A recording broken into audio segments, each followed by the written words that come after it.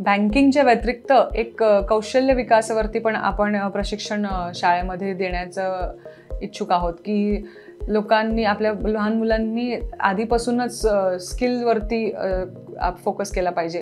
आधीच्या काळात खूप असायचं की त्यांना छोट्या छोट्या गोष्टींचं एक कंपल्सन असायचं. ITIचं एक क्लास असायचा, 8वी 9वी 10वीमध्ये त्यांना ते शिकवलं जायचं.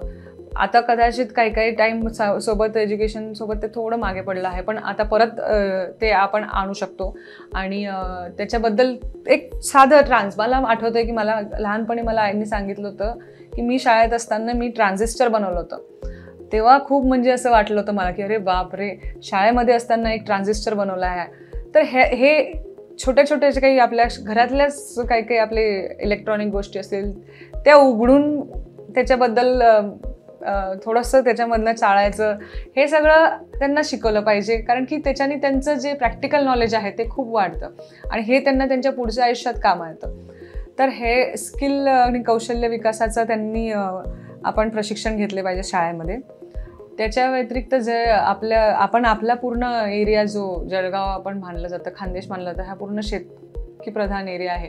तर ह्या एरियामध्ये शेतींच्या बाबतीत निगडीत जे सगळे व्यवसाय आहेत, ह्या सगळ्यांची पूर्णपणे तर नाही, पण एक रफ आयडिया, एक थोडं त्यांना प्लॅटफॉर्म कसं भेटू शकतं, काय काय नवीन गोष्टी सायन्स करू शकतं, हे सगळ्याचं एक 6 महिन्यात एक तरी शिबिर नंतर प्रशिक्षण आपण शाळेमध्ये दिलं पाहिजे. कारण की शेवटी आपल्याला आपल्या जमिनीशी जुडून काहीतरी करावं, आपल्या जमिनीसाठी काहीतरी करावं, ह्याची त्यांना जर लहानपणीपासून जाणीव करून दिली तर ते नक्कीच त्याच्यामध्ये पुढे विचार करतील.